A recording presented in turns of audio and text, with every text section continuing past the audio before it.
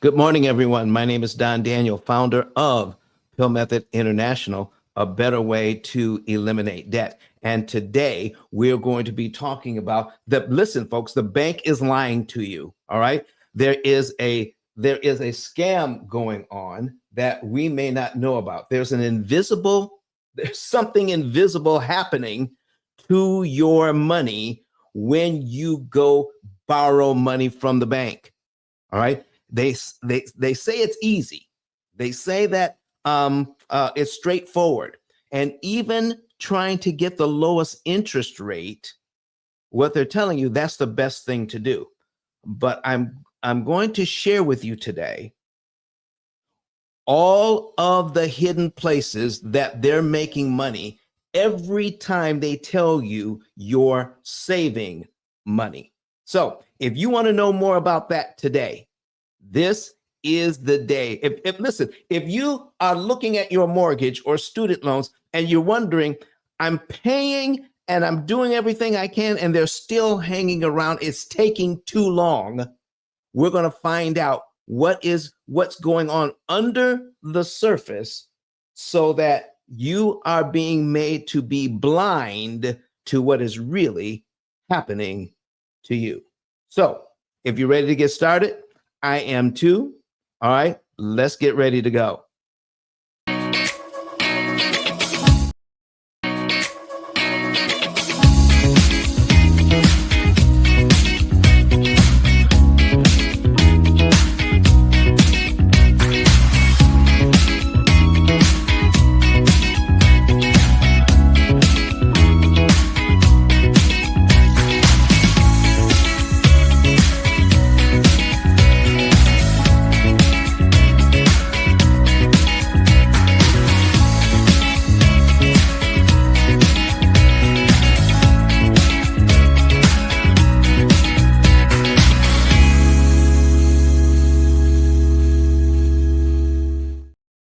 There we are, ladies and gentlemen. We're back. Let me go and put that graphic up there. It's the beat the bank's illusion. There is an illusion going on there. Listen, they want you to look here and not see what's happening over there. You're not paying interest rates. Don't look at interest rates. What you need to be concerned about is the interest cost overall on these loans. That's what you need to see and pay attention to today. So that's what we're going to be putting up on the screen today, how you can understand what's really happening. So we're going to be revealing the illusion banks use to siphon your wealth through amortization and show how the power of AI and interest optimization lets customers measure, control, and reclaim lost wealth. That's all going to happen today. So here is one question, Daryl. All right. What if the biggest financial trap in history isn't hidden? It's right in front of our face, and we've been trained not to see it. What do you think about that? Oh, Daryl, you told me you were cooking this morning. I'm sorry. No. Now I've transitioned from now I'm trying to put this K cup and make some coffee. Um, well, I would be very upset, and I would feel like a fool if it was right before my eyes. Okay. Well, listen. And this is the one thing I want people to understand. Don't feel that way. If all you ever knew was, if all you were ever taught was one thing, how can you blame yourself for not knowing the other thing, Daryl? How can you blame yourself? If all you're ever taught was, oh, get the lowest interest rate possible, put a large down payment on the loan. When it's time to, I see you, Darlene. She's watching us on YouTube this morning. Good morning to you. All right. If all you ever knew was all what the experts were teaching you, you can't blame yourself for knowing the best thing to do when it comes to borrowing money. We want you to know that we are intentionally made blind, intentionally made blind. And so to listen, I need you all to, if you're watching us on Clubhouse, if you're listening to us on Clubhouse, I'm getting ready to play a video, and it has to do with inattentional blindness. So let me go to my videos, and that's going to be our first example today of inattentional blindness. Let me find that video. There it is. All right. It's about, I think this one is 1 minute and 22 seconds long. So let's go ahead and watch this video, and then I'll comment on it and let you know what's going on with this and how it applies to what we're talking about today. This is a test of selective attention. Count how many times the players wearing white pass the basketball.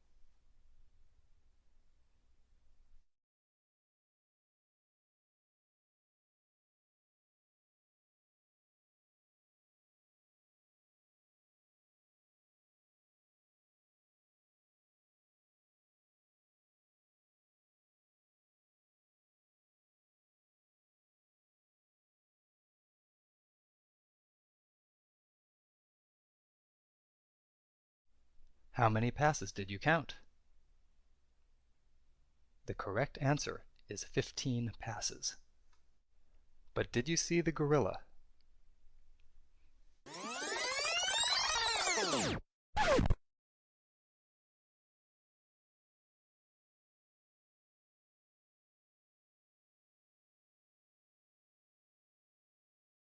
This video is from research by Daniel Simons and Christopher Chabris and is copyrighted. It is available for use in talks, training, and teaching on DVDs from VisCog Productions. All right, folks, you saw that. So you are supposed to count the passes made by the people in the white shirts. And you're so focused on what's happening with the white shirts. Most people miss the gorilla walking across the screen. That is called inattentional blindness, the failure to notice a visible stimulus because attention is focused elsewhere. Do you know that that is practiced in banking today? Relate to how banks distract customers. So we're going to talk about how banks distract customers with interest rates while hiding interest cost. Okay, so let me show you something right now, because we've been at 7% interest rate for a long time, and now they're dropping down into the sixes. So I'm talking to people who are getting 6.5 and 6.25. So let's go ahead and put this on the screen, and I'll show you what I mean by that. Let me change my. There we go. All right. So what we're going to be talking about is we're going to put $400,000 on the screen. Okay. And right now I'm going to put in 6.5%. All right. Now what is happening is when the interest rates drop down, all right, when the interest rates drop, a couple of things happen. People rush to refinance their loans, and or they do cash out refinances to take cash out to pay off debt. Let me show you something about what's really going on behind the scene. So at 6.5% interest on a $400,000 loan, this is how much interest the bank wants on that. $510,000. Interest, $510,000. You see, folks, let me go a bit further and talk to you about what's being hidden from us the whole time. If you have a $400,000 mortgage, okay, a $400,000 loan at 6.5% times 6.5% equals $26,000. 6.5% of $400,000 is $26,000. But the bank isn't asking for $26,000 in interest. They're asking for $510,177.20 over a 30-year period. $510,000. So, folks, that's not 6.5%. That is 127.544%. If you have a 6% mortgage for 30 years, what you have is 127% loan, 127.5%. How are they getting away with that? Because we get so focused on making the payment. So we're looking at, can I make this payment? Can I get the house that I want? I've got the house that I want. The payment is $2,528.27. But what is happening behind the scenes? Here's what's happening behind the scenes, folks. I need you to pay attention to these percentages because they are off the chain. Once you make that payment at 6.5%, okay, it's $2,528.27, $2,528.27. Let me make a note here. $2,528.27. Look what happens. Only $361.60 of all of that money pays down the principal or pays down the loan. That's it. The rest of the money, $2,166.67, that goes to interest. Now, I need you to start focusing on what's really happening. What's really happening is the percentage that the bank takes of your money is crazy. So here's how we figure that. We're going to take the first interest cost right here, the first interest cost, which is $2,166.67. Watch this, and divide it by our total payment. Our total payment is $28.27. Okay, that's 80. Look at it, 0.856. Daryl, that's 86% of your payment doesn't even count. My heart just dropped. They're discounting the payment by 86%, and we don't even realize it. Now, there's a reason for that. There's a reason why we are focusing on interest rate and our payment, so we don't look over here at what the true interest cost is. So if 86% is being lost out of your money, what's actually happening then? So 86, that means only 14% of your money is paying down the loan here. Let me put it another way. Out of every payment dollar, 86 cents goes to interest. Out of all the payment dollars you're making towards this mortgage at this point, only 14 cents out of every dollar is paying down the mortgage. Gerald, has it ever been explained to you like that before? I don't want to talk right now. Don't do that. Don't do that. All right. So listen, anybody else that's listening, all right? Anybody else that's listening, if you want to come into the studio, all right, let me pull up the information so that if you want, you can come into our studio on YouTube. I'm going to post the link. All right, copy. All right, we need to copy this link, and I'm going to put it in. I'm going to post it in YouTube here. All right, so everybody else can see that. All right, so that now you have it.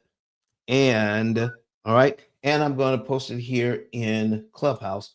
So if you want to come on my show right now, live, okay, there you are. You can come on the show live. Also, you can raise your hand here in Clubhouse and come to the stage and ask questions and make comments. So right now, 86% of your money is being lost. And we have been taught to focus on the word interest. But there's an even better word that explains what's going on here. All right. And that word is discount. It is a discount. So if you have a mortgage that you have closed on recently, you may have noticed that within the first week or two after you close, that mortgage is sold. It's sold to an investor. When you make that payment of $2,528.27, the investor gets all of that money, $2,528.27. And because of amortization, okay, they get to discount your payment by 86%, which makes you pay even more. Now, here's what amortization does. It does two things. It gives us a payment we can afford, but it's also ultra expensive, but the expense is hidden in the payment. You're looking at the house. You're looking at the payment. You're looking at the interest rate. You're just not looking at the cost of what it takes to get equity in that house. So one of the reasons why we get a house, Daryl, is to get equity in that house and eventually take the equity out. Correct? Everybody, put your comment in the. That's why I did it. Okay. So now we want to get equity, but what does it cost to get the equity? All right. So every time you make a payment, you create a situation where you owe less on the house, and then you actually calculate it against what the house is worth. So how much do you owe, and how much? All right, how much is the house worth? Every time you make a payment, you're getting $361.60 on the first one. You've just created $361.60 worth of equity. On the second payment, you just created another $363.56 worth, 56 cents worth of equity. But if it costs $2,166.67 to get that equity, do you really have equity? Think about it, folks. I need you to focus on cumulative principal and cumulative interest. This easily, I'm using Brett Whistle here. This easily adds up for you the amount of interest and the amount of principal you pay in 1 year. I need you to take a look at line 12. That's 12 months worth of principal payments. You add that up, that comes to $4,470.86. That, folks, is potential equity. $4,470.86 of potential equity. But how much of your money that you paid, your 86% out of your money that was paid, $25,868.38 you have to pay to get $4,470.86 worth of equity. Now you tell me, all right? You tell me, ladies and gentlemen, is it worth it? I'm getting $4,400 worth of equity, but it's costing me over $25,000 to get it. I really don't have equity when I look at what it costs me to get it. And this is the very thing that we are taught not to look at. Why? Because banks don't make a dime off of mortgage interest. One more time, Banks don't make a dime off of mortgage interest. They make their money when they sell the mortgage to an investor. And if you knew what I'm getting ready to show you, if everybody knew this, the investors would not buy these mortgages. This is why there is that sleight of hand going on.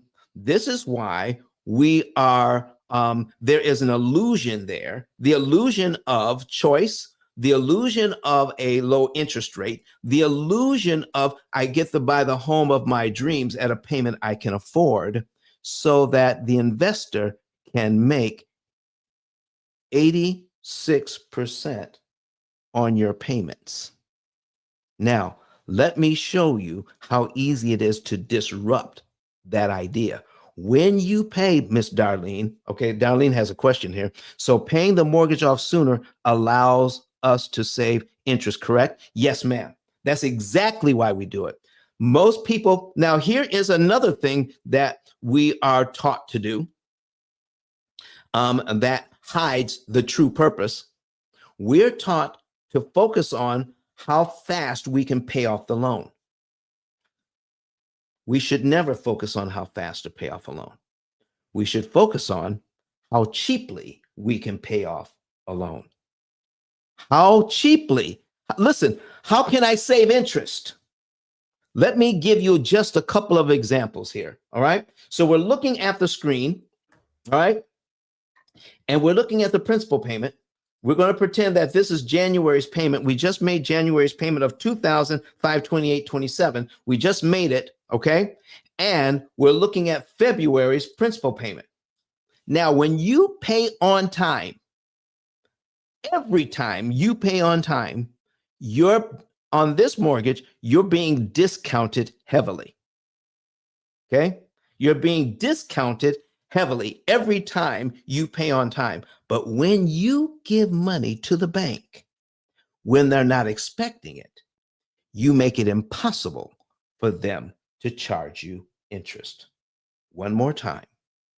How would you like to make it impossible for the bank to charge you interest? Put a number 9 in the chat right now if you want me to show you how you can make it impossible for the bank to charge interest.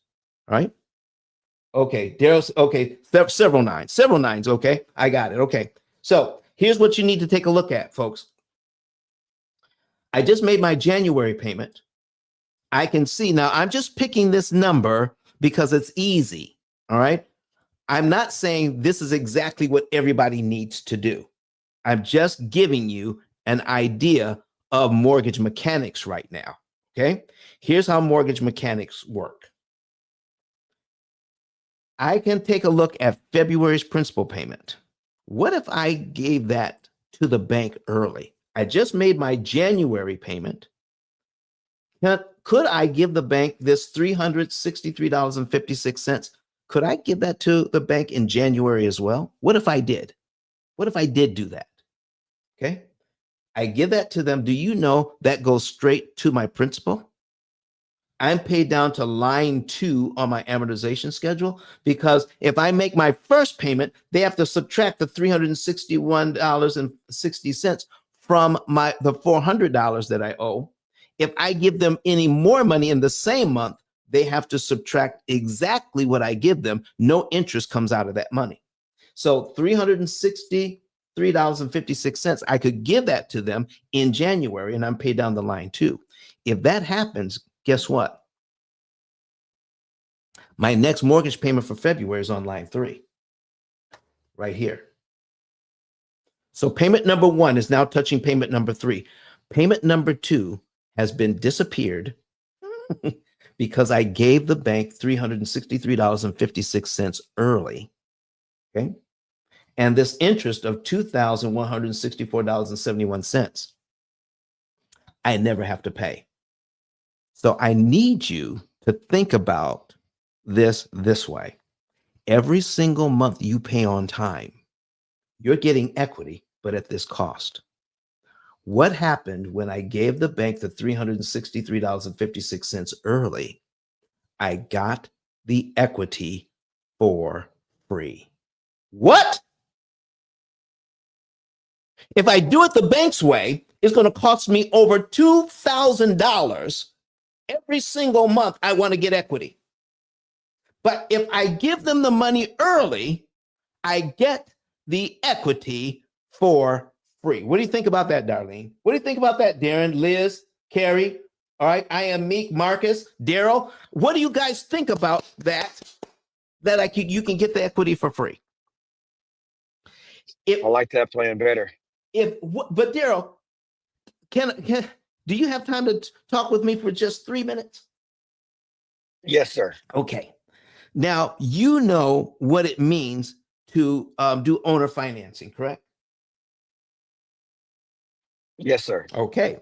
So what if I sold this house owner financing at the same 6.5%? Okay.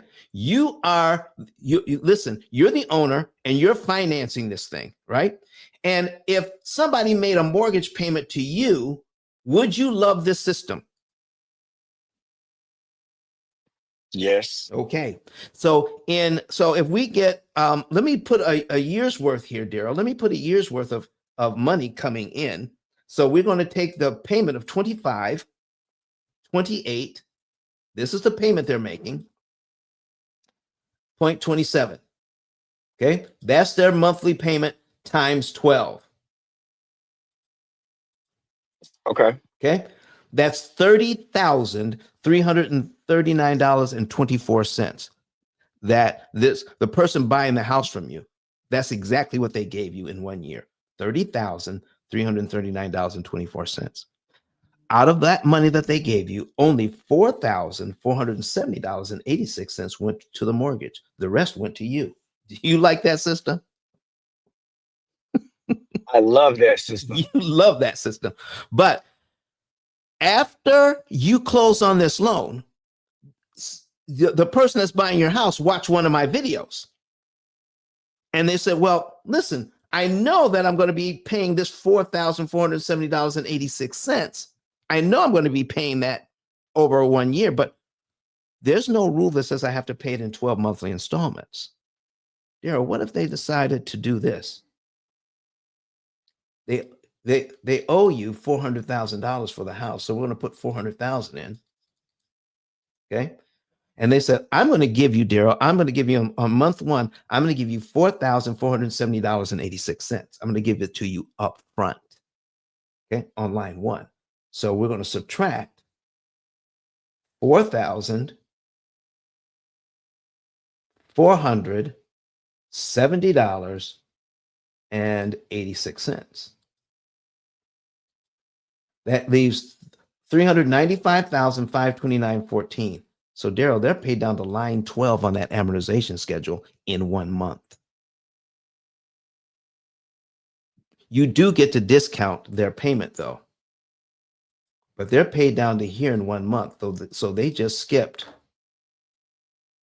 interest payments from line 2 to line 12. You'll never receive. So by giving you that money early, okay, look what happens. Instead of discounting the payments by $25,868.38 to pay it down to here, you only get $2,166.67 in interest. How do you feel about that now, Daryl? Oh, I you remember the time that I came into your room and I bought 10 books from people? Yes. Yeah, this tenant wouldn't be getting one of those books. So listen, folks, I need you to understand. I need you to understand what's really going on here. What we're made to be blind to. We're made to be blind to the total interest cost on these loans so that we will not learn this, because the banking system is based on investors buying up your mortgages. And if everybody knew that if they could just take $4,000 out of their bank, Okay. I know a lot of people that have that kind of money. Well, even if it's $1,000, maybe it's $2,000. If they were to take $4,400 out of their bank, that's making 1/10 of 1%. Okay. And put it on this mortgage, they're paid down the line 12 in 1 month. They just saved themselves $23,723.85 in interest they never have to pay to do the exact same thing. What do you think about that, Darlene Thorne? What do you think about that? Listen, folks, this is what is talking about. Listen, the psychology here is devastating. Not only that, but when I teach people this, Daryl, and everybody else that's listening, you too, Darlene, when I teach people this, it is so hard for them to believe that a lot of people continue to do the same thing because what I'm telling them seems impossible because nobody else is teaching this. So I need your help today. Everyone who is watching this live and everyone who's watching the replay, I need you to share the P.I.L.L method with everyone. Invite everybody to watch this channel and subscribe. Okay. Watch us on YouTube. Watch us on Facebook. Watch us on LinkedIn. I don't care. Invite people to get this information. We're here live once a week. Okay. On Wednesdays, but then on Fridays and Sundays, I post a replay. You need to get this information and subscribe to the YouTube channel and tell other people about it. I can't do it all by myself. I need your help. Will you please help me get this message out so other people can find out that what we're teaching here, okay? What we're teaching here is what is happening. Darlene says she wants to know more. All right, Darlene. All right, let me put that on the screen for everybody to see. Darlene says, I want to know more. Okay, so this is what we call interest theft by distraction. Interest theft by distraction and omission. We're not taught how this works in our schools. Not only that, folks, but your accountant is not taught this. Your real estate agent is not taught this. Your loan officer is not taught how a loan works. Don't forget us financial advisors. We weren't taught this either. What was that, Daryl? I know. I mean, I went to. I mean, I thought my degree was in economics. Okay. But I was a financial advisor. That's how I started out my career. We weren't taught it either. Okay. Financial advisors aren't taught that either. Okay. Do you know why financial advisors are not taught that, Daryl? No. Well, if you think about it, because how many people, when you were a financial advisor, how many people did you advise? Don't pay off that 3% mortgage. Invest that money with me. You know, it's interesting you say that. You know what we were taught? Yeah. Man, hold on. You know, Doc, you're onto something here. So what we were taught was look at everything that you have, and you know, like if you're getting 3.5%, say you got a 2% mortgage, right? And then you can get a 10% rate of return in the S&P 500 invested in like an ETF or whatever the case may be. We would be like, okay, well, why pay off your mortgage? This is what we're taught. This is what we're teaching our clients. Mm-hmm. At a 2% interest rate, Mm-hmm. when you can invest it in the stock market and get an average of 8 to 10%. So that was the logic and how we were taught to teach our clients. And listen, on the face of it, okay, on the face of it, it seems logical, doesn't it? I mean, it seemed logical to me at the time. Well, it does because listen, but it's also a distraction. Let me show you what I mean by that, Daryl. Okay. So how do we figure ROI? All right. Do you know, as Benjamin Franklin had said, a penny saved is a penny earned, correct? Correct. Okay. So let me show you what's going on here. Let's figure ROI. I'm going to be investing. Listen, I'm going to go back to our original example here. I just made January's payment. I'm going to take February's principal payment and I'm going to pay it early. I'm going to take $363.56 out of my bank and I'm going to invest it in my mortgage. So how do we figure ROI? We just went over, if I prepay that, I do not have to pay the interest. So how do we increase profits? There's a couple of ways to increase profits. One is to increase your prices. That you can increase profits that way. Another way is to decrease expenses. You also increase profits, correct, Daryl? Correct. Okay. So if I give this money to them early, I don't have to pay $2,164.71 in interest. So how do we figure ROI? Okay. How do we figure ROI? So my benefit for giving the bank $363.56 early is I don't have to pay the bank $2,164.71. I now subtract what I invested. Okay. I got to subtract $363.56. Okay. Equals 1801.15. And then I divide it by what I invest. So I got to divide it by 363.56. And when I get my answer, I multiply it by 100. Okay. Okay. Equals 4.95. And now I multiply it by 100. Daryl, that's a 495% return on my money. That's crazy. It's nice. Okay. So can how long will I have to keep 490 of how long will I have to keep $363.56 in my investment to make a 495% return? I mean, it's you're more likely you trying to get that type of return, you're more likely to lose everything in the process. Okay. So Yeah. so what should we do, Daryl, in this case, so that we're not blind to what's really happening? Okay. We're told we can do one or the other. That puts blinders on. What if we talk to a financial planner and says, okay, what is my number? What is the number I need? What's the number I need to retire? Okay. And not run out of money so I don't outlive my money. What if we put a plan in place so that we can get all of that? We can do everything we were taught to do to prepare for retirement and work with our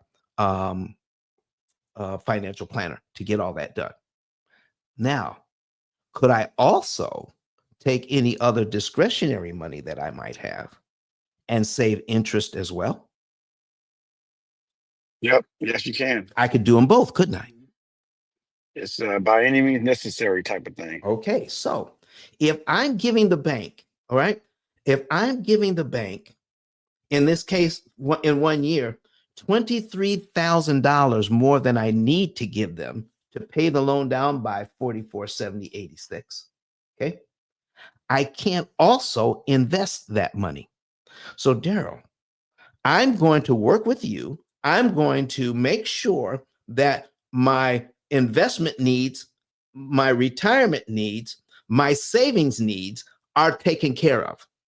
I'm also, on the other hand, taking the money that I have available, all right, and prepay it to my mortgage. I can pay this mortgage off in about 7 years, okay, cut my interest cost by 2/3. All right. So let me give you an example here, folks. I'm getting equity in this house. All right. It doesn't take me 30 years to get equity. I'm going to pay it off in 7. The bank wants, watch this now, and Daryl's going to work this out for me. The bank wanted 500, okay, $510,000 worth of interest, and I'm just going to let's just divide it by 3. All right, I divide it by 3. Okay, and I'm going to only pay 170,000. So let's go ahead and subtract. We'll go 500. And this is crazy, Ice. This is the game changer. Seriously, Yep, this there is you the, go. this is the game changer. Okay, so that's 340. Listen, that's $340,000 I did not have to pay to acquire the same asset. Now, by paying down the mortgage isn't the only way I accrue equity. Over the years, my house just appreciates. Okay, so my house is Right. appreciating. I've got equity, and I've got the whole house paid off for $340,000 less. I signed a contract to pay $340,000, Daryl. I signed that contract. But now I got the house paid off in 7 years. That saves me $340,000 in interest. What can I now do with my $340,000 I didn't pay? What can I do with the equity I now have in my house, Daryl? Man, you can buy more. You can buy real estate. You can invest in companies. You can buy stocks. You can buy crypto. You can do whatever. You can give more money to your church. You can do whatever you want to do. Exactly. So, Daryl, do you know that people who work with us, all right, people who work with us often borrow, we teach them how to borrow money at like 2% or less. Okay. 2% or Okay. less. All right. So if they can do that, if they can borrow money at 2% or less, then why are they ever paying cash for anything? Don't pay cash for your house. Okay. Borrow the money, Mm. cut your interest cost by 75 or 80%. Take the money that you would have paid in interest and invest it in your future. That's crazy. One of the things, Daryl, that we're doing that keeps us blind to building wealth is we're blind to not just the extra interest that we pay. That's hard enough. But what about the money that $340,000 never gets to make for me because I used it to buy the house? Remember, I don't know if you remember, that's what happened to me. Remember I told you that story? Go ahead and tell the story So again. so this is all right. So I sold my first home. Mm-hmm. I bought my first home. I'm 41. Yeah. So I bought my first. I was still at Fidelity Investment at the time. I bought my first home when I was like 24, 25, and that was in April of 2009 is when I bought my first home. Right. Okay, Mm-hmm. and I'm born in '84, so I was 25 years old, going Right. on 26. And I only got it because that's when Barack Obama was giving the $8,000 and so forth and so on. Because my wife was still in nursing school at that time. Right. Anyway, so I bought the first house. It was a Fannie Mae foreclosure. It'd been on the market for like 200 and some days. So I bought it for like 129,000. Mm-hmm. I'm in Dallas, so real estate's a little bit different in Dallas. So this was 2009. So the market crash had already happened. So I was the recipient of a lot of people who lost their homes with a lot of the no doc loans back in Right. like the '05, '06, '07. So I was the recipient because I was in college that whole time, right? So I didn't get hit by that. But Yep. a lot of people who got hit, I bought one of their homes essentially, right? If you kind of think about it. Yep. So I sold that house for like 229,000 in like June of 2016. Right. Right. And I built the house in a better neighborhood. The house was like 498. Mm-hmm. Right. That same house now is worth like 708,000. Right. Woo. So I put but you got to think about it. This is in April of, because I built the house. So it Mm-hmm. was April of 2008 when the house was going to be complete. I put down $100,000 in the house, Ooh. right? Ooh. I put 100 grand down. Mm-hmm. So it was like, whatever that was. And I remember you and I talked about it. You was like, well, if you just did it differently, instead of putting that money down, you'd put the minimum down because it was the FHA loan. Oh, 3.5%, So 3%, 3.5. that's how much that I need to put down. I didn't buy down any points or anything. I just put it down. I just put it down payment so I can make my mortgage payment cheaper. Right. Right. Mhm. Yeah, but listen, Derek, let me ask you this. All right. Did you need a cheaper payment or you just wanted a cheaper payment? I just thought that's what you did, There you go. There I you mean, go. I Keep going. wasn't doing anything with the 100 grand. I mean, I didn't need the money. So it was Yeah. just like, okay, just put the money down. And my mortgage guy told me to do that. Yep. So I'm like, okay, if this is what you're recommending. I mean, he would have been doing mortgage for however many years. So, Mhm. I mean, obviously he knew what he was doing. So yeah, she said, put the money down. He said, well, put it down as much as you can put down. I said, well, I'll just put down 100 grand. Right. And I didn't think anything of it. I didn't really give it a second thought. Me and my wife was on the sun board. Only thing we were thinking about is this was the house that my wife wanted. Yes. We were more so concerned about the builder, the schools, low crime, Hmm. where we want to see, the church, that's the community, the neighborhood called 17 Lakes. So they had like all these little ponds and little Man. duckies and geek. So that's the thing that we were thinking about. We weren't thinking about any of this stuff you're talking about, Hmm. right? Can we make the mortgage payment? Yes. Can we Because make I it? think it was like they basically, I think the underwriting criteria, the guy said, hey, you want your mortgage payment to be, I think, like 35% of your whatever, something like that, right? Right. And so it was like, oh, okay, we can afford it. And we didn't think anything else about it. So we just went through the process, sent all our docs in, our bank documents, they did our credit report. We were all in like, sub sevens, 700 credit scores, and so it was no biggie, right? And then we got approved, and then we just, bought the house, Right. done and done. Okay. And then, but I remember you going into your room back in 2020 or 21. I can't remember which year. Yeah. And you said, "Hey, I did it all wrong," and I'm like, "Damn." I well, I But it I was I probably didn't say it just like that. well. I mean, but at that point, it was 3 years too late, Right. Right. right? I mean, because that was in April of 18. Hmm. COVID happened, kind of shut down in March of 2020. So it would have been probably 2021 that I remember sharing this with you in a Right. room. Hmm. Clubhouse was popping back then. I mean, because your rooms used to have hundreds of people in it, Yes. you know. But Clubhouse is just not what it used to be. But anywho, but I remember you sharing that with me. Well, let me put But I'll that. be out. Mhm. Go ahead. You're going to get because I'm going to put that same example on the screen. But go ahead and finish your point.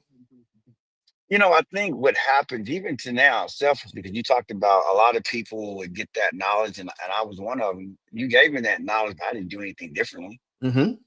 Right, because what happened? Because I'm in the private equity world, and you know, I, and it's I'll skip the all the intricate details, but I was self-employed, so my thing was okay. Well, my wife's a nurse practitioner, so Oh she well, makes yeah, whatever yeah. she Well, makes. But she's pulling it down. I mean, no, I was pulling it down. Okay. I put her through school.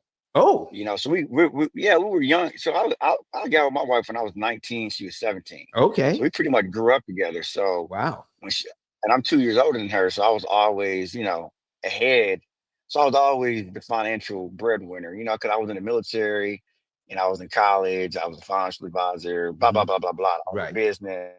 So I was paying for her school. She was kind of working part time, Hmm. through her master's of nursing, and then when she went and got a nurse practitioner. So I didn't leave corporate until July of 2019. So over a year after I got the house, but I was already, even when I was self-employed, I was making about 300,000 a year, just easy, right? Yes. But I had raised $247 million. They got shafted. Because they owed me 7.8 million. Hmm. They only paid me 65 grand, and then I Mm. lost $1 million. And then my house went into foreclosure. Oh. I went all the way down, Hmm. and my house. I mean, I had my first. I'm 41 now. I was 39. I was 39 years old when I had my first car repoed at 39 years old. Oh, wow. Uh, but anyway, so I took a lot of L's. I owed like $1 million to some investors, like But you turned all it went around? all the way down. Oh yeah. Turned it around. Point I'm Okay. making is, so like I was just like, at that point it was just okay. I'm just trying to make the more. Well, for a year I did the forbearance thing. Right. So that actually, so that kind of helped me in that way. I want to get your thoughts on that because I had so much equity in the house. Mm-hmm. And then my wife was working a job. They just did a loan modification. Right. And so, but they capitalized and put everything on the back end of the loan, and they Mm-hmm. extended it from a 30-year mortgage to a 40-year mortgage. Okay. Which I love. Well, I mean, all I'm saying is like, but I had already did so many things right, Mm-hmm. in my earlier day, because I was killing it from right out of college till really 2022. Man, I mean, I was just killing it. I was slaying a dragon, and then boom, you just took an unfortunate turn. You went all in, and you goose egg, right? Let me put some of But these when you, examples on the screen, Daryl. yeah, go for it. Okay. So here's what we got, folks. I'm going to talk about a couple of things that Daryl has brought up. All right. So let's go ahead and put this back on the screen. Okay. And let's see. We're going to change this. Okay. There we go. All right. So I have a $400,000 mortgage. Okay. Let me get rid of this advertising here. Got a $400,000 mortgage. The payment is 25, 28, 27. And I've got a $300,000 mortgage at 6.5, the same interest rate. The payment is 1896.20. So the $300,000 mortgage is winning. Putting $100,000 down. Okay.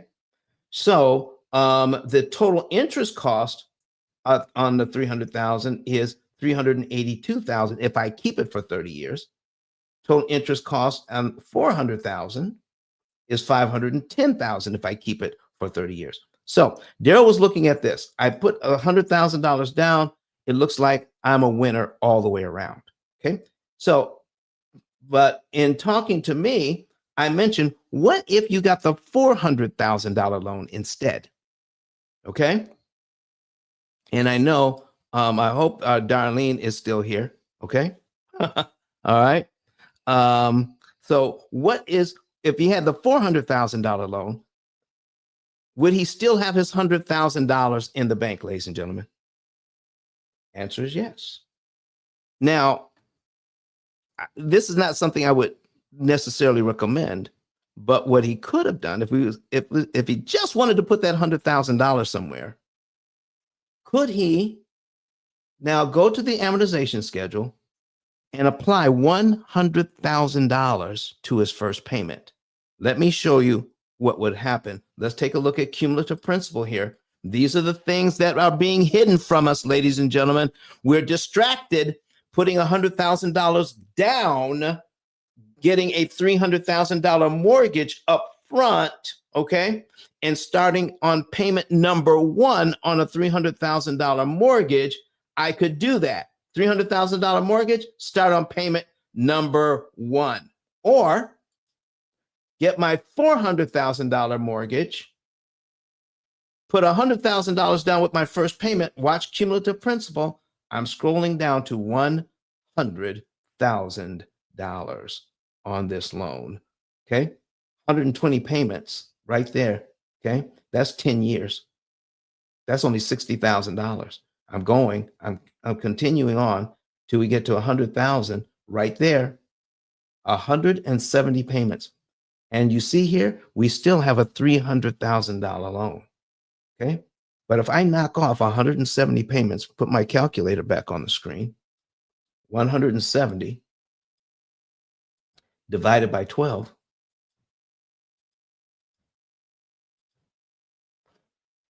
knock off 14 years off this loan, 14 years, 2 months off the loan. Okay. 14 years and 2 months off the loan, and save $327,000 in interest he never has to pay with just one move. I'm trying to point out to everyone here that everything that we've been taught hides the real truth. The real truth is that's $327,000 the banking system is making if we do it their way. Or we could do it a different way, use the same money, get the same loan, $300,000. Okay, but he just knocked off 14 years. So listen, if he does nothing else but make every single payment on time, he'll be done in 14 years. If he does, listen, he doesn't have to pay an extra dime to principal. He'll be done in 14 years. But 14 or 16 oh, I'm sorry, 16. or 15.10. There you go. Okay. All right. So I'm just clarifying, you right? listen. Did I get that right? You got it right, brother. Okay. I Okay. appreciate that. Okay. So listen, folks, I just need you all to see. Okay. Jesus says 14.16 years. That's basically half the mortgage paid off in one financial move. Okay. That is so correct, Jesus. So this is what Jesus has put on here, folks. He's watching us on YouTube. Thank you for that, sir. Listen, folks, there's so much being hidden behind the scenes here. I wish I had time to go over everything that's being hidden from us. So when you understand the P.I.L.L method, okay, we're understanding prepayment of principal, isolating the principal amount, leverage, and liquidity. Listen, I've got some information I want to share with you. If you want to know how you can take the blinders off, okay? How can you take the blinders off so you can see what the bank is seeing? Okay? I need to show you exactly what's going on because we're being told that paying off loans is easy. Paying off loans is not easy. It is very complicated. It is more than just throwing money at the loan. You want to be able to pay the least amount of interest that's mathematically possible when you're doing. You want to pay the right amount at the right time so that you're paying the least amount. So Daryl, when we invest something, okay? When we invest, we want to invest the least to make the most, correct? I see no other way of doing it, sir. Okay. Then why are we told to pay the most on our mortgages or other loans? Pay the most whenever we can. Pay it. I'm still trying. Oh my goodness. I don't know, man. Okay. It's crazy. So we're told to pay the most whenever we can. Okay. Listen, I don't want to invest $10,000 to make $10,000. I want to invest $1,000 to make $10,000. Is everybody hearing me? Yeah, that's a nice rate of return. So when we put money on the mortgage, we should be focused on how to save interest. What is the best way to save interest? And leverage means this. What is the least amount I can pay towards my mortgage so that I can save the most interest per dollar? I want to make my dollar work harder for me. There's a couple of different ways we can do that. I want to show you one thing right here. So if you're watching the screen, ladies and gentlemen, I need you to see line 12 and line 24. We already talked about paying using mortgage mechanics. If I prepay the $4,400, I knock off 1 year. Okay. But what if I'm fortunate enough to have a few more dollars in the bank? Okay. What if I have several $100, several $1,000 in the bank? And I could put $9,200 on line 24 here and save about $50,000 in interest and knock off 2 years off my loan. Let's do the math. I want to show you something here. Okay. So we're going to put our calculator back on the screen. I'm showing you everything that the bank is hiding from you. Okay. You want to pay the right amount, not just any old amount. So if I put in the 25,000 Okay, I'm putting in right here 25,868. 25,868.38. And I'm going to divide it by what I'm prepaying is 4470.86 equals $5, 5.785 or $5.79. So what I just found out, Daryl, is that for every dollar at this point, I can save $5.79 in interest for every dollar I place on the mortgage. That is a pretty good return on my money. Or if I have $9,214.15, I could prepay that and knock off 2 years. Okay. So I'm going to write that down. $5.79, 579. There we go. 579. And so 579. And then what I'm going to do is take the 51,000 and put it in my calculator on line 24. Because if I prepay the 9,241.15, okay, let's do that. 51,000. Okay, 51,437.33 and divided by, let's see, divided by 9,000. All right, 9,241.15. Okay, watch this, Daryl. Equals $5.57. So before I'm saving $5, all right, $5.79. But if I put more on at the wrong time, it goes all the way down to $5.57 per dollar. So if I can save $5.79 per dollar, why should I ever accept $5.57 per dollar savings? This is stuff that's hidden from us. So there's a point at which more is too much. So Daryl, as a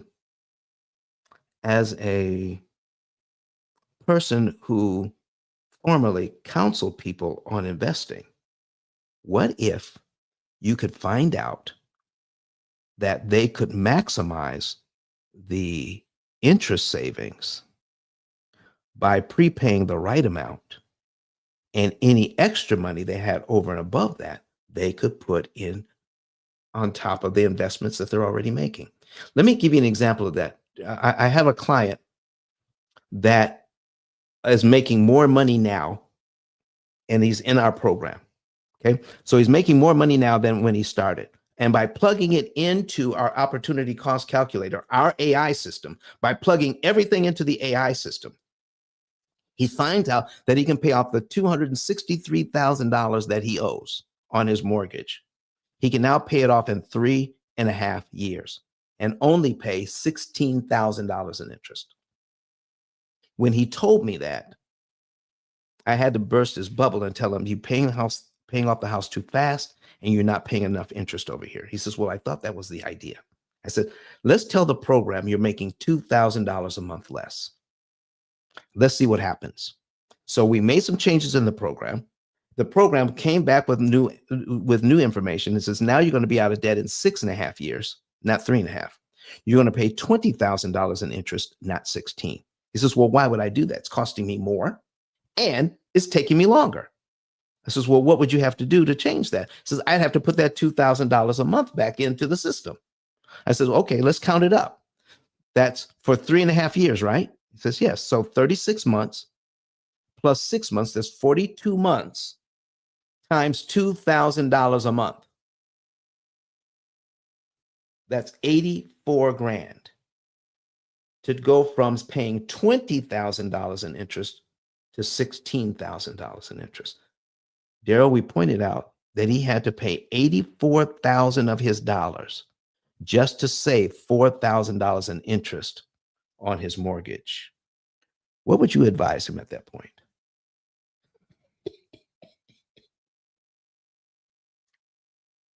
Um, obviously, I'd tell them to invest that money into those Exactly. things with the savings. Yeah, absolutely.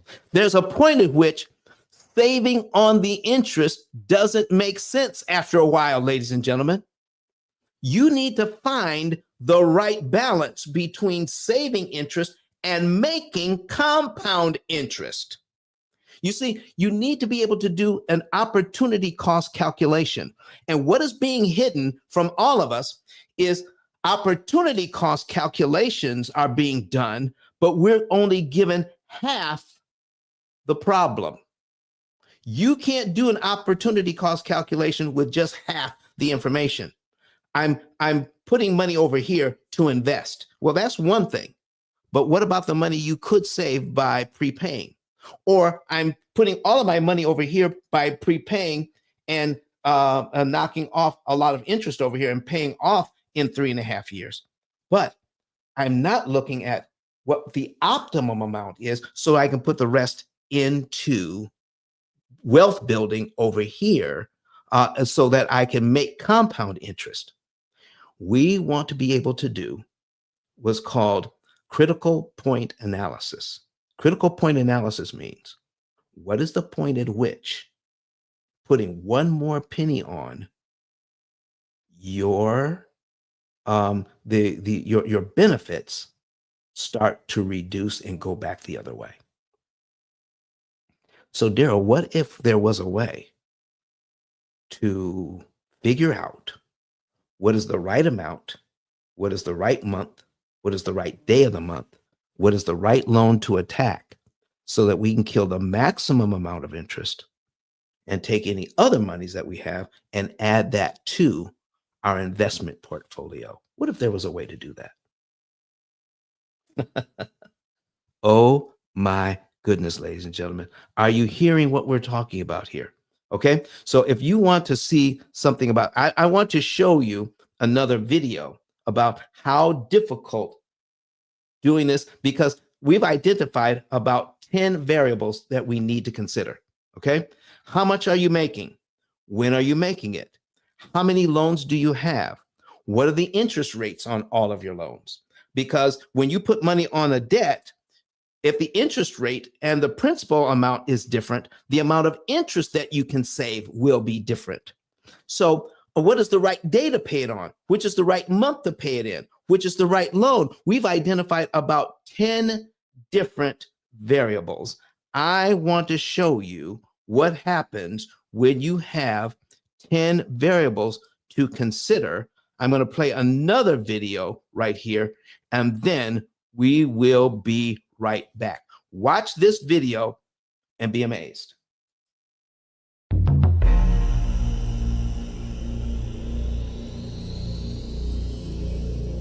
Mathematicians sometimes pose seemingly pointless questions. A question like this, for instance: there are 10 different books on a shelf. If it took an individual an average of 3 minutes to rearrange these books, how long would it take them to create every possible arrangement? There is a point to this question. The answer reveals something about the complexity of a simple process. Here's how you solve this. Let's start by posing this same question, but with fewer books. Here we have 3 books. The first thing we need to determine is how many possible different arrangements there are. It should be a simple task to actually complete all possible arrangements and count them.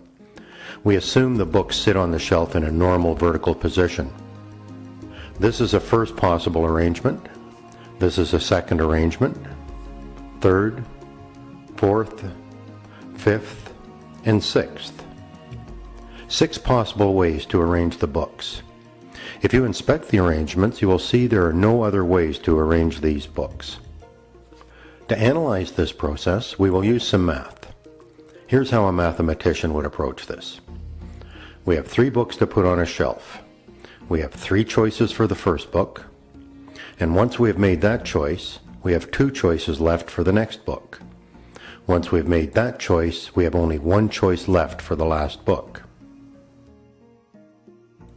The mathematician multiplies these three options together. 3 times 2 times 1 gives us 6 possible arrangements. This number agrees with our original investigation. Mathematicians have a special notation for this technique. 3 times 2 times 1 is called 3 factorial. The notation looks like this. The exclamation mark tells us we are multiplying 3 times 2 times 1. The integers decrease by 1. This technique is powerful. Let's suppose we needed to calculate how many ways we could organize 4 different books on a shelf. The answer is 4 factorial. 4 times 3 times 2 times 1. A total of 24 possible arrangements. No need to actually create each arrangement. Let's go back to our 3 books. We know there are 6 possible arrangements. How long would it take someone to complete all 6 of these arrangements? If it takes them 1 minute to make and check each arrangement, 6 times 1 minute is 6 minutes. It probably wouldn't take that long, but using 1 minute keeps the arithmetic simple. Now let's apply this to a slightly larger book arrangement, 10 books. How long would it take someone to arrange these 10 different books in every possible way? We have more books, so let's allow 3 minutes to complete each arrangement. How long do you think it would take them to complete this task? The answer is surprising. Let's calculate. We have 10 different books, so 10 factorial will give us the number of possible arrangements. 10 times 9 times 8 and so on. Multiplying, we get an astounding 3,628,800 possible arrangements. How long would it take to set all of these up? We've allowed 3 minutes for each arrangement. 3 minutes times 3,628,800 gives us 10,886,400 minutes. To change the time to hours, let's divide this by 60. Completing that division, we get 181,440 hours. If the person doing these arrangements decided to spend 30 hours a week at this task, how many weeks would it take them to complete it? Dividing 181,440 hours by 30, the number of work hours per week, we get 6,048 weeks. Now let's change this to years. There are 52 weeks in a year. Dividing 6,048 weeks by 52, we find this task would take an incredible 116 years to complete, more than a century. Who would have thought that it could take over 100 years to complete such a simple task? Obviously, calculating how many ways to arrange a bookshelf is not particularly important, but mathematical techniques like this play important roles in sophisticated tasks. Tasks like analyzing the base pair configurations of DNA. The powerful tools and techniques of mathematics continue to reveal more about the processes that drive all aspects of our universe. For more science-related videos and projects, visit our website, hylaroad.com.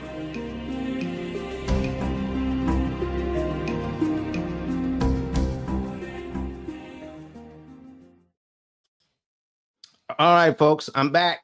So listen, this is what I need to share with you right now. It is very complicated. If you have 10 different variables to try to figure out what to do and when, to try to find the right thing to do you know what a computer has to do? A computer has to do all the possible variations using the money that you have available and move 1 penny at a time. I'm going to put 1 penny on all the loans, on all the days, and calculate all the interest rates and figure out how much interest we're going to save on each one, on each day, in each month with 1 penny, then 2 pennies, then 3 pennies, then 4 pennies, until it comes up with the right amount to put on the debt. And when it gets to the right amount, let's say it's $1,563.27, putting 1 more penny on, the amount of interest you can save per dollar starts to go down. You see, you can't have an infinitely progressing benefit. A benefit can only go so far. You can't optimize a benefit past the 100% mark. Once you reach 100%, you can't do better than that. Anything else you put towards it, it starts to go the other way. Think of it this way. Once you get the right recipe and put the right jerk sauce, the right amount of jerk sauce on the chicken, any more ruins it. Okay? When you're making a pot of greens, all right, the right amount of salt and oil in the greens makes it perfect. Put too much salt in and nobody can eat the greens. There's a point at which more is too much on everything we do, including handling your money. But we have been told the opposite. We've been told the more money that you can throw out the loan, the better. No, you want to find the least amount that you can put on any one of your loans at any given time on the right day, on the right loan, to maximize your interest savings per dollar that sets you up for the next move, because you need all new calculations. So people keep asking me, Don, what is the right day to pay the loan? I don't know, because it's constantly changing. What is the right amount to pay on the loan? I don't know, because it's constantly changing. If you want to know how to get all of this done, all right, because we're about done here, folks. I've got one more example to show you, all right? I got one more example to show you. If you want to know how to get all of this done, I'm going to come back and I'm going to show you our opportunity cost calculator right after a word from our sponsor, which is the P.I.L.L method. Here we go. How many want to know how to pay off all of your debt in an average of 7 to 9 years?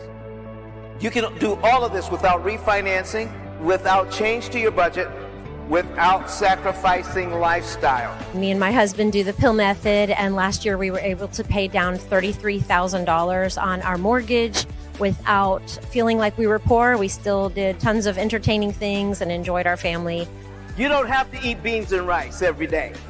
You don't have to cut up your credit cards. You don't have to drive a 30-year-old car. You don't have to sell pizzas at night to pay off your mortgage. All you need to do is pay the bank less interest. That's what we're talking about today. Here is what P.I.L.L method stands for: prepayment of principal, isolation of principal amounts, leverage, and liquidity. You understand it? You have a way of getting out of debt more efficiently. The interest rate you're quoted is not the interest rate you pay. You think you're buying a $500,000 home. The true cost of that home is what? $758,000. Total interest paid as a percentage of principal, 51.777%. That's what's going on with this loan. The ability to read and defeat an amortization schedule is not taught at any level of financial education. I need you to understand the power of a penny. You will not hear what I'm talking about from Dave Ramsey. Do you know why? Because I own the copyright. I literally wrote the book. But Don has some valuable information that can contribute to the quality of a person's life. And it only costs you a few dollars. It's his book. Why not get that? I'm going to go through the P.I.L.L method myself with some of my investment properties.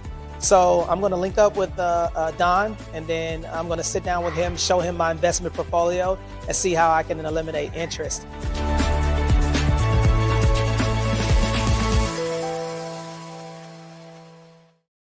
Okay, folks, listen. I'm going to show you now our opportunity cost calculator, and I'm going to put some examples in this thing, and I'll show you exactly how it is that you can know the month, day, and year you can be debt free. All right. And I'm going to put something on the bottom of the screen. We are offering you right now a free savings and earnings report. If you want to know the month, day, and year you can be debt free, I'm going to put this on the screen right now. All right. Let me put a banner on here. Go to ceodon.com. ceodon.com and click on the link that says get a savings and earnings report. You can then know the month, day, and year you can be debt free. All right. And how much interest you can save. Not only that, but by investing that interest properly, we're going to give you an idea of how much you could add to your bottom line as far as your investment is concerned. And I'm telling you, people who are making a W-2 income are taking the interest they're no longer paying the bank and turning it into over $1 million. They're becoming millionaires by not paying interest to the banks and taking that money that they would have paid and invest it properly. Listen, folks, that's what we're talking about today. So let's stop. Let's take the blinders off. Okay. We can't see what's going on because we're so busy looking at the dollars. So this is why we came up with this graphic here. Too busy looking at the money that we can't see what the bank is doing to us behind the scenes. The illusion is I have money. But what we're not seeing is what we could be doing with the money that could be more beneficial to us. And by not knowing, it makes the banking system more money. So let's go ahead and put this on the screen. All right, there we go. And this is our opportunity cost calculator. And let me see here. And I need to show you that this is John and Rebecca Jones. Let's take a look at their accounts. What are they dealing with here? They have a car loan. All right, they have $4,800 left on that. They have a Discover card. They have $30,000 on the student loan. They still owe $15,000 on the truck, and they still owe $6,000 on the motorcycle, and they still owe $305,000 on the mortgage. That is a total of $368,800 that they owe, plus the interest that the bank is looking for. By putting this all in our program, they now know that they can save $133,407 in interest they will never have to pay, and pay off all of this debt in 7.6 years with their current budget, and still have money for vacation, going out to eat, having fun with the family. You see, you can live well and do this by not putting more money than you need to, but by finding the least amount of money you can put on your debt to eliminate interest. Let me give you an example here of how this works. So John and Rebecca Jones, here's their income to show you that they're not rich. Rebecca biweekly makes $1,750. John biweekly makes $2,100. Their total income averages around $8,300 for the month. Their bills average around $7,075 for the month.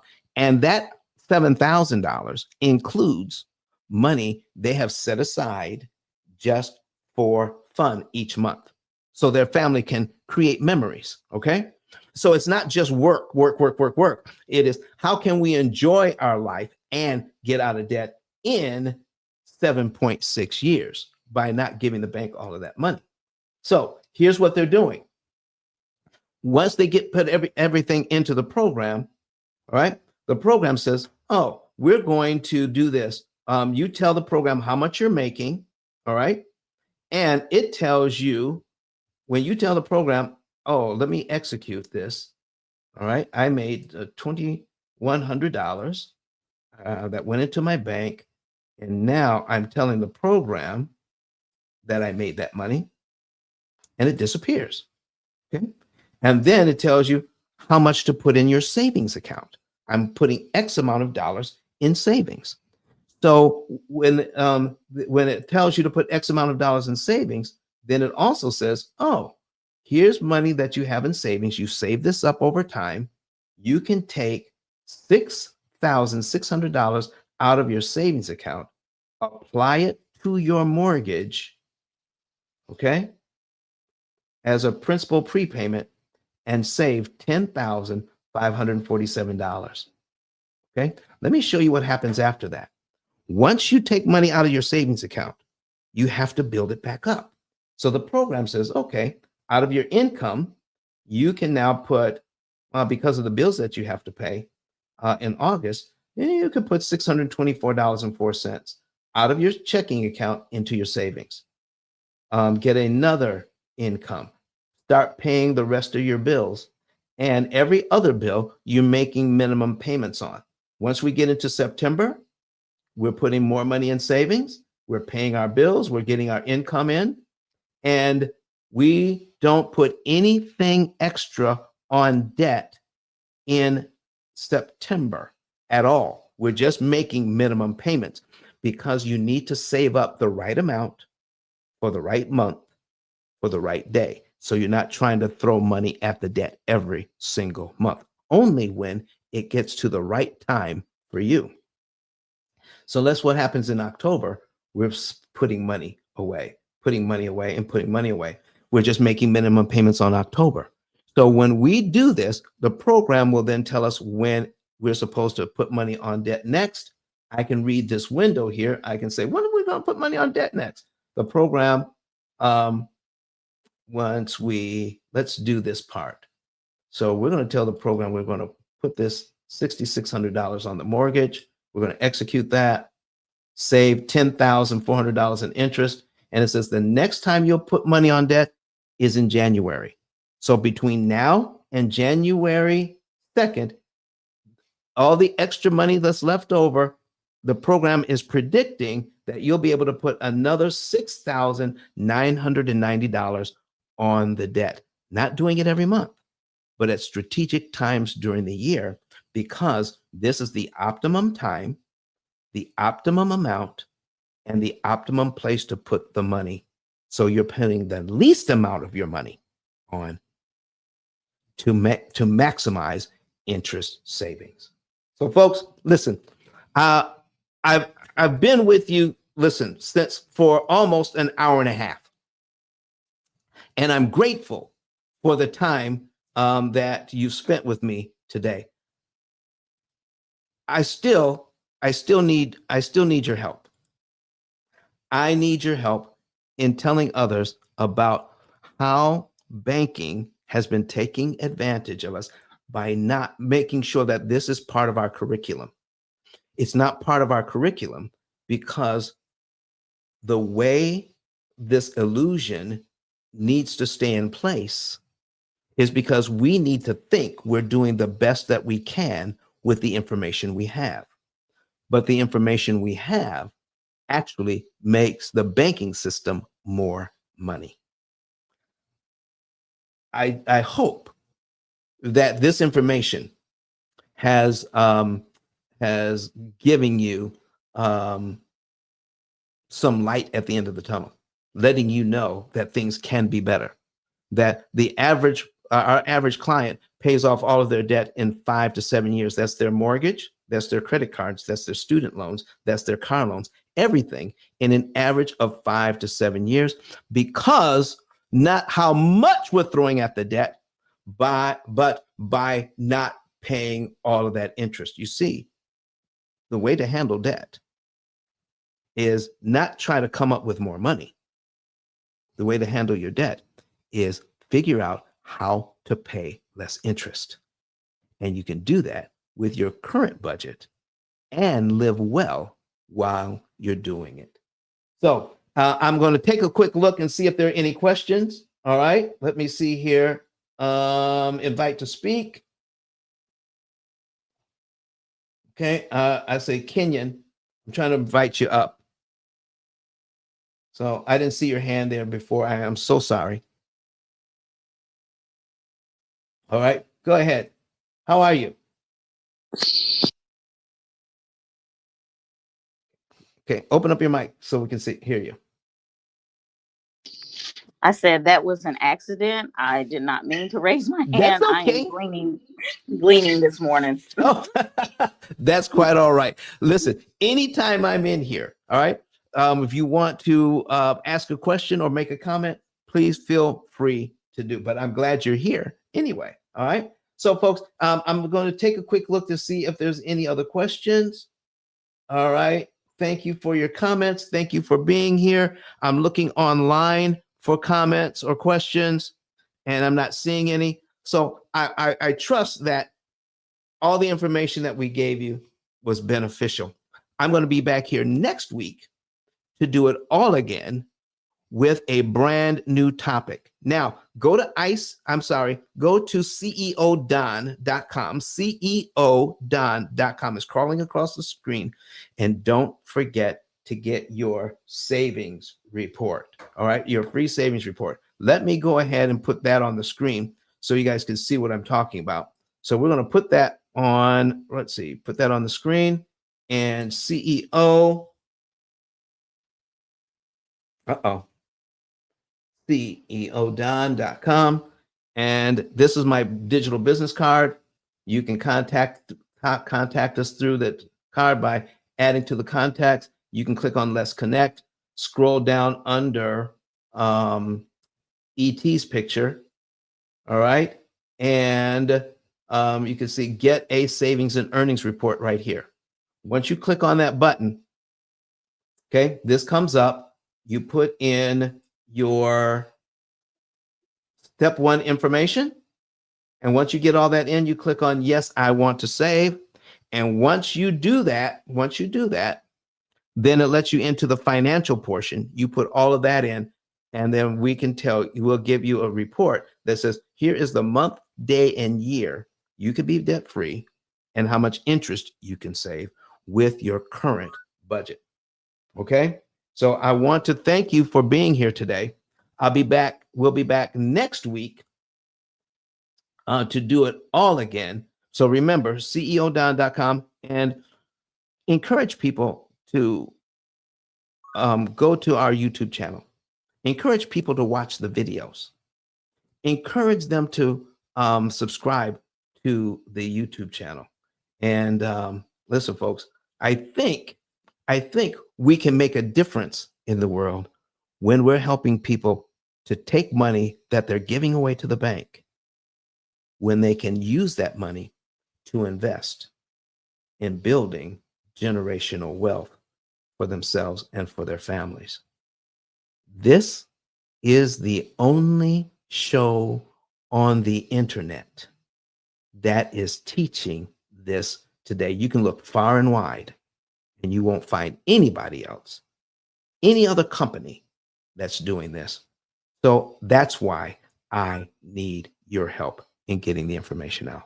So we'll be back next week. Okay, Rebecca wants to come up. Hey, hold on. All right.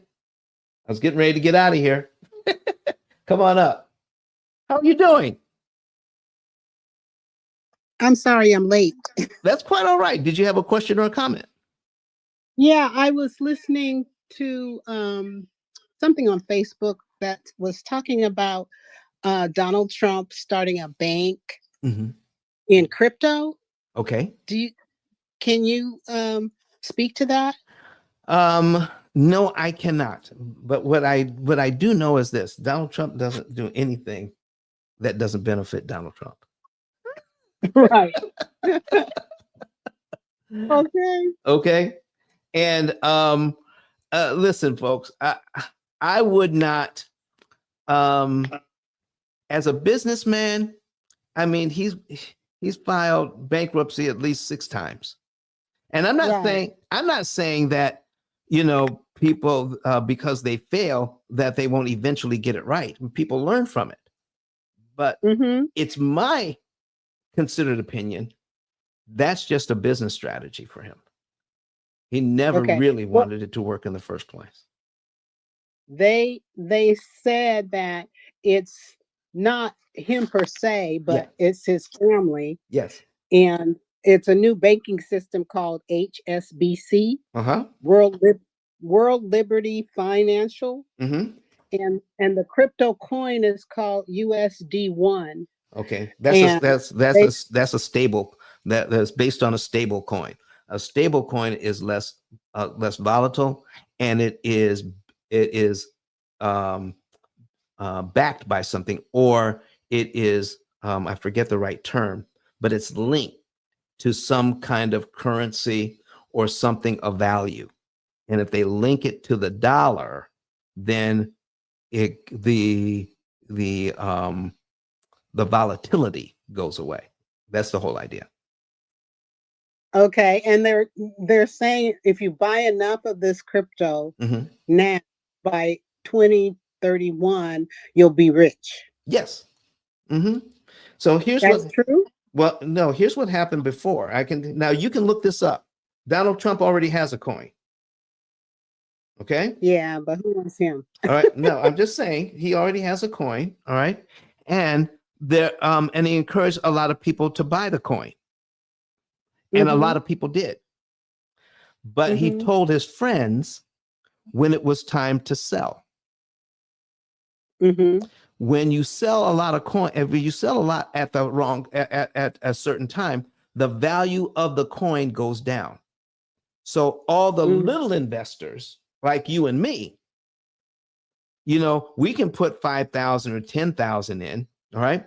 But once everybody sells, it's worth $2.37. So be careful of that, especially when it's with him, because he lets people know when it's time to sell. Okay. Now, if you take a Isn't look, that insider trading when you do that though? And that's against the law? Martha Stewart, didn't she get arrested for that? okay, so before Donald Trump became president, what did he do with the Supreme Court that said practically whatever he does, he can't be prosecuted for? While he's in office. When he plans to stay in office indefinitely. I'm just saying here, folks, just be careful when dealing with anything that has the Trump name on it. Okay. Okay. Now I can tell you, I owned Bitcoin when it was less than $1. But did I keep it? No, I made a little bit of money and I sold it. But it's over 100,000 now. What you sold is over 100,000? Oh, no. What it is now, I'm talking about Bitcoin. Let me see here. So there are coins out there that are doing very well. I'm not saying crypto is bad. I'm just saying be careful who you go into business with.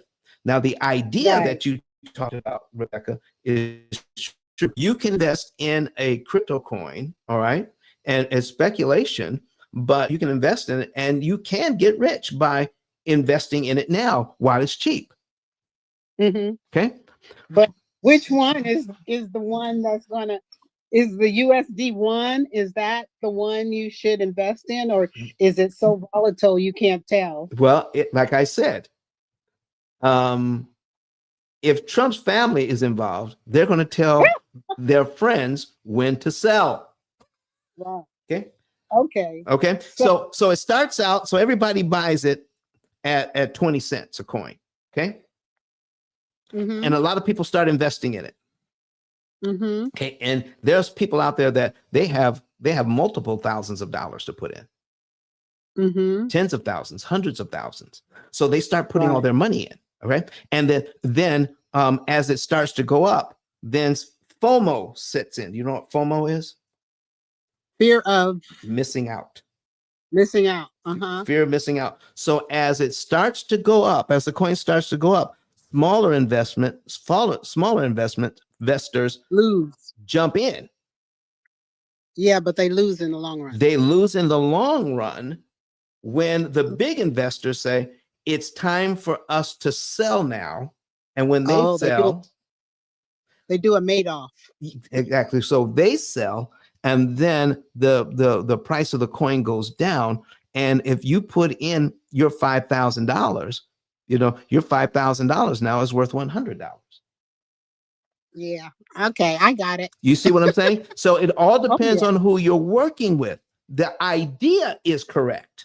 I like the idea of investing in crypto. I still own some crypto. Okay. Do you buy now? How is the block? Is it called crypto block? What do you mean, the blockchain? Blockchain. How does the blockchain work? Well, blockchain is for the purpose of tracking the transactions. And it's valuable because when you track the transactions, it's supposed to be that it cannot be changed. And it's supposed to be anonymous. So you can use blockchain technology for a lot of different things. In fact, they're thinking about using, when you buy and sell a house, you have to do a title search. Well, if they use blockchain technology, instantly on that particular property who bought and sold it, because it's permanent. You can look it up. You can look it up in an instant. Whereas now I got to hire somebody to go look at that and look up and see if the title is clean, if it's okay for me to purchase. But if it was blockchain technology, everybody knows, all right, what and how many times that property has changed hands. So it's right there. So that's the benefit of blockchain technology. Do you use Chat GPT at all? Yes, Okay, of course. so ask Chat GPT, explain to me blockchain. Okay. All right, and then ask it some more questions. Go a little bit deeper for me. All right, so I can learn even more about how blockchain. So then you can ask, how can blockchain technology be used in other businesses or business types other than crypto? Ooh. Can blockchain technology be used in real estate or in searching up titles on properties? And then it will go into that deeper for you. Oh, wow. Thank you. You're so welcome, Rebecca. All right. Any other questions before we get out of here, folks? All right. All right. So listen, I will be back next week. I got one more video to share with you, but don't forget, go to ceodon.com. Make sure you get your savings and interest report for free. And I also want to share with you someone else who has benefited from the P.I.L.L method program. Okay. And after that, I'll say my final goodbyes. All right, here we go. Listen to me, y'all. But one of his mentees took us through one of their programs, and I paid off my mortgage. But guess what happened? My marriage went to a whole nother level. And you know why? Because my wife is a security freak. And even when I blew up, my wife would be like, oh, you blew up, but how long is you gonna keep making this kind of money? I was like, I don't know, forever. She's like, you sure? Because I'm gonna keep my license as a nurse just in case you don't. So when I paid the house off, my boy was like, you ain't gotta do that, you can do this. But when I paid the house off using that program, it took the stress level all the way down for my wife because we no longer had a mortgage. Does that make sense?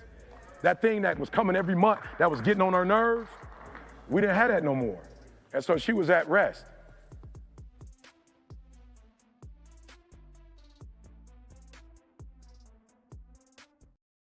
All right, that was E.T., the hip hop preacher, ladies and gentlemen. He paid off his mortgage early using the P.I.L.L method.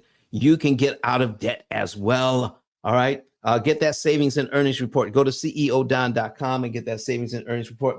Bam, I see you in here. William, I see you in here. All right, but I'll be back next Wednesday. We have a replay coming up on Friday so that you can enjoy. We have another replay on Sunday morning that you can enjoy. But on next Wednesday, we will be back live with a brand new subject. But in the meantime, if you have a subject you would like for us to cover, go to ceodon.com and let me know. There's a text number that you have that we have there. Click on the phone. Text us your information. Let us know this is a subject you would like for us to cover, and we'll put together a show for that subject. Thank you very much, everybody. I'm going to get out of here, and we'll be back next week. One more time, ceodon.com. Get your savings and earnings report and share the P.I.L.L method with others. Have them watch our videos. They're free. Get the information you need so that you can, let me put this back up here, beat the bank's illusion. You're not paying interest rates, you're paying interest costs. Take the blinders off. Find out what you can do to build net worth for you and your family. Okay? We'll see you next week. Bye-bye.